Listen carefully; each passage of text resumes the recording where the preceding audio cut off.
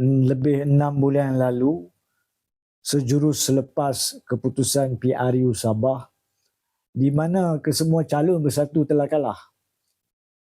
Maka pada masa itu sendiri kita melalui Inspirasi Channel telah mengesyorkan demi pilihan alternatif yang terbaik pada masa itu adalah untuk PAS keluarkan bersatu dari Perikatan Nasional atau PAS pergi solo.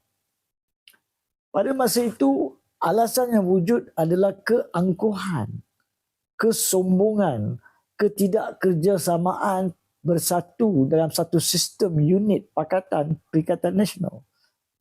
September 2025, mereka sendiri mengesyorkan calon Perdana Menteri Muhyiddin Yassin yang pada hakikatnya rakyat tak boleh terima.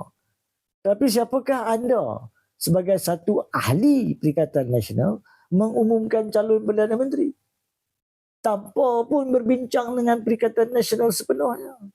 Bukankah itu belagak? Kedua, semua calon anda gagal. Yang menang satu-satunya adalah calon atas nama Parti PAS.